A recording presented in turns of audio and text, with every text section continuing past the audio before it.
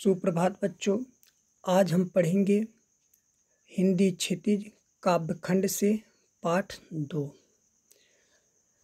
ललधत के वाक। तो आइए पढ़ा जाए। कश्मीरी भाषा की लोकप्रिय संत कवित्री ललधत का जन्म सन 1320 के लगभग कश्मीर स्थित पामपोर के सिमपुरा गांव में हुआ था। उनके जीवन के बारे में प्रामाणिक जानकारी नहीं मिलती। ललधत को लालेश्वरी, लला, ललयोगेश्वरी, ललारिफा आदि नामों से भी जाना जाता है। उनका देहांत सन 1391 के आसपास माना जाता है। ललधत की काव्य शैली को वाक कहा जाता है। वाक मतलब वाणी।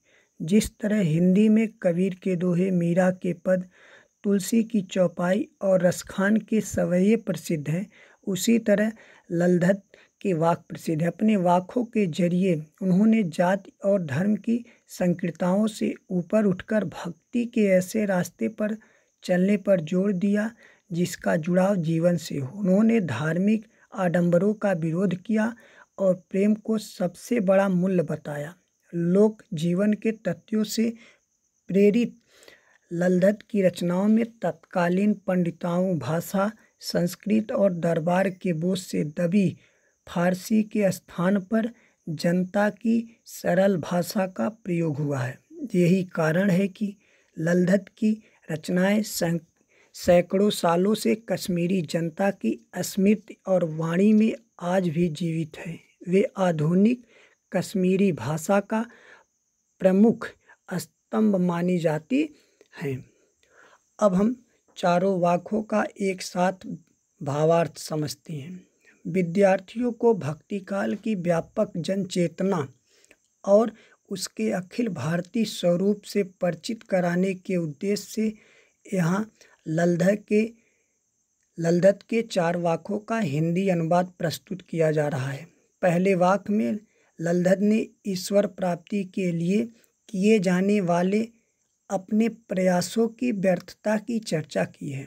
दूसरे में वाडंबरों का विरोध करते हुए यह कहा है कि अंतःकरण से संभावी होने पे ही मनुष्य की चेतना व्यापक हो सकती है।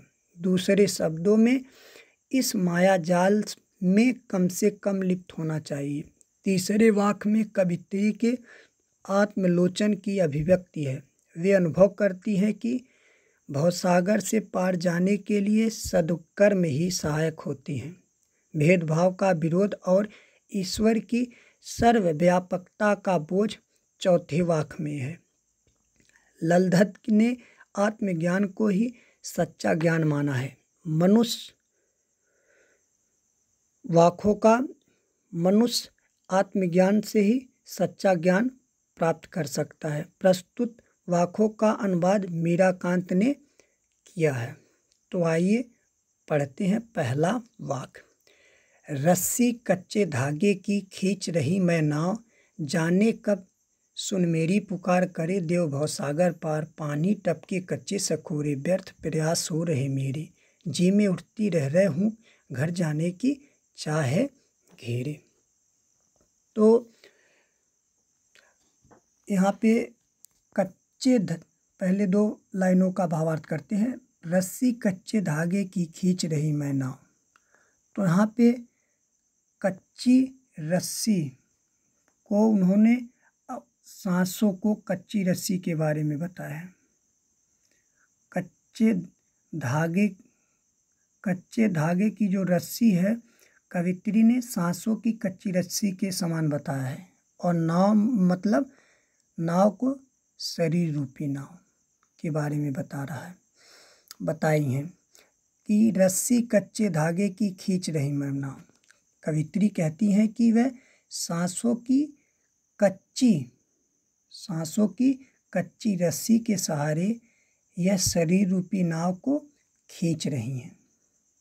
जाने कब सुन मेरी पुकार, करे देव भवसागर पार।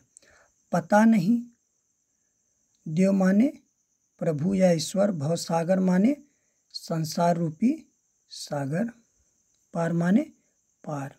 तो कह रही पता नहीं ईश्वर, जाने कब मतलब पता नहीं कब ईश्वर देव माने ईश्वर, पता नहीं कब ईश्वर मेरी पुकार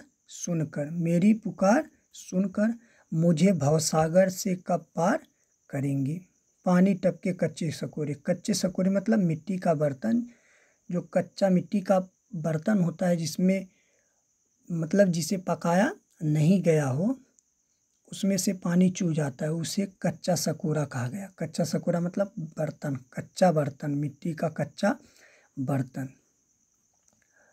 व्यर्थ प्रयास हो रहे हैं। कह रही कि जिस प्रकार कच्ची मिट्टी से बने पात्र से पानी टपक टपक कर कम हो जाता है, उसी तरह समय बीतता जा रहा है, उसी तरह मेरा समय भी बीतता जा रहा है। व्यर्थ प्रयास हो रहे मेरे, और प्रभु को पाने के मेरे प्रयास व्यर्थ सिद्ध हो रहे हैं।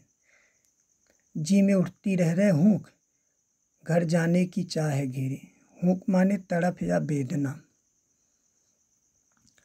कह रही कवित्री के मन में, जी माने मन में, कवित्री के मन में बार बार एक ही पीड़ा उठती है। हुक माने पीड़ा, एक ही पीड़ा उठती है कि घर जाने की चाह गिरी, कि कब यह नश्वर संसार को छोड़कर प्रभु के पास पहुंच जाए और सांसारिक कष्टों से मुक्ति पा सके।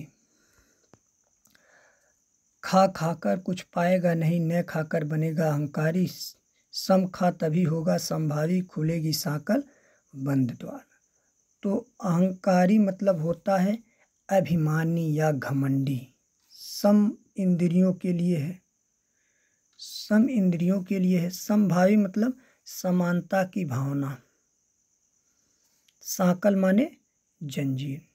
तो इसमें कवित्री ने क्या बताया है आप सुन लीजिए।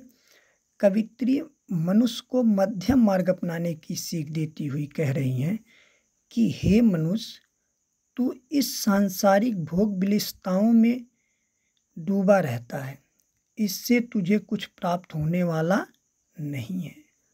तू इस भोग के खिलाफ त्याग तपस्या का जीवन, तू इस भोग विलास में त्याग तपस्या का जीवन अपनाएगा तो जो तुम्हारा मन है,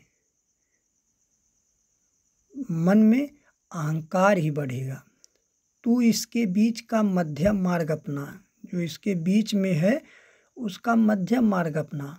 भोग त्याग सुख दुख के मध्यम का मार्ग अपनाने से ही प्रभु प्राप्ति का बंद द्वार जो है वह क्या हो जाएगा, खुल जाएगा और प्रभु से मिलन और ईश्वर की प्राप्ति हो जाएगी। प्रभु अर्थात प्रभु से मिलन हो जाएगा।